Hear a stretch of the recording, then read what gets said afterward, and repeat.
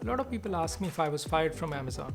In today's video, I'll share my experience of working at Amazon and why I decided to switch to Google.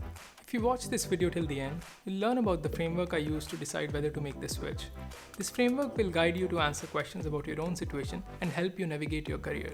On this channel, we always give you tips and tools on how to fast track your career in tech industry. So if you are new to our channel, do consider subscribing. Let's do this. Before we begin, I want to make it clear that all the opinions in this video are my own and do not represent those of any of my employers. Let's start with my experience of working at Amazon.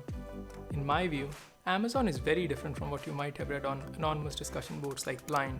Amazon has somehow become notorious for being very harsh on its tech employees by putting them on performance improvement plans and eventually firing them. Well, that doesn't represent my lived experience at Amazon. Before you jump on me, I'm not saying these things don't happen, but during my time at Amazon, I have not seen any tech employees being treated unfairly. Another thing to note is that I'm only talking about tech employees here and no other type of workers. Anyway, let's move on. At Amazon, I worked with a group of really intelligent teammates working towards a common goal of improving customer shopping experience. My managers always cheered for me and gave me projects that helped me grow as an engineer. There was a lot of focus on improving communication skills by writing good design docs and constantly presenting your work. These skills, I believe, are very undervalued in the tech industry. My managers never micromanaged me and always gave me freedom to choose my projects. These projects were usually very high impact and it was always very motivating to see the results. In summary, I've learned a lot of invaluable skills at Amazon that have helped me both professionally as well as personally. As we already discussed, Amazon is a great place to work at, but there were a few things that prompted me to look for other opportunities. Here, I want to mention this framework that I have developed.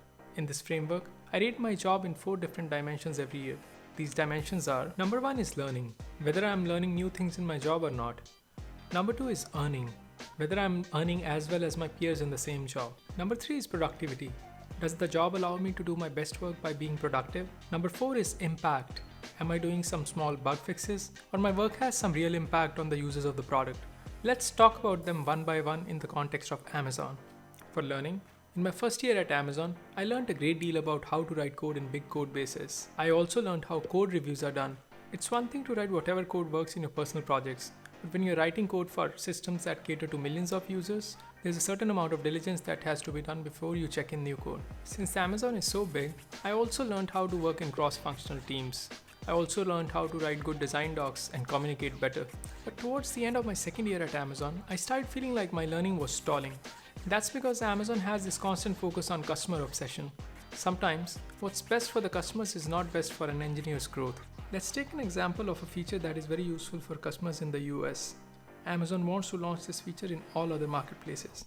For you as an engineer, it's not much of a growth when you are tasked to just copy-paste what's successful in the US to other markets, even though that's the best thing to do for the customers.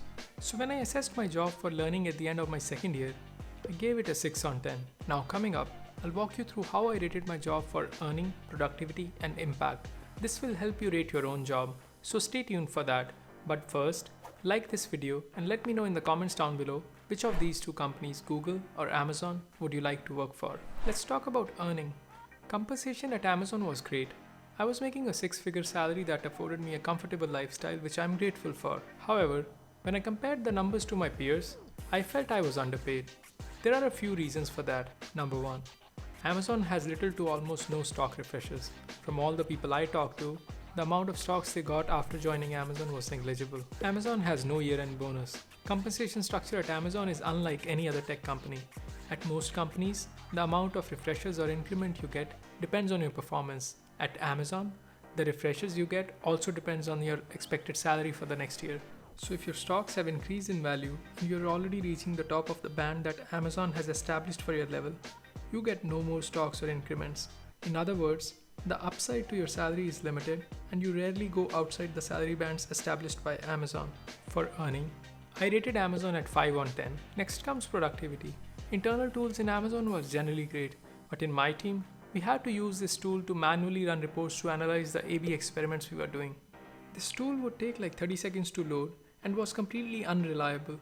Everybody seemed to hate this tool, but even after finding numerous bugs to improve it, it was going nowhere. In 2021, having to manually run reports for A/B tests is unacceptable. I felt I could use my time better. For productivity, I gave Amazon a good 7 on 10. Lastly, let's talk about impact. As I already mentioned, The work I was doing at Amazon was highly impactful. I was building these recommenders that you see on Amazon.com. The work was customer facing. We used to run a lot of A/B tests to collect data and figure out which recommender works better. Overall, I rated my job 9 on 10 for impact. By combining all the scores, we get a solid 27 on 40. Even though it's a good score, it didn't clear the cutoff of 30 on 40 that I have for a good job.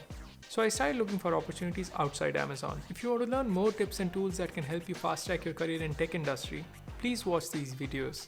I'll see you in the next one.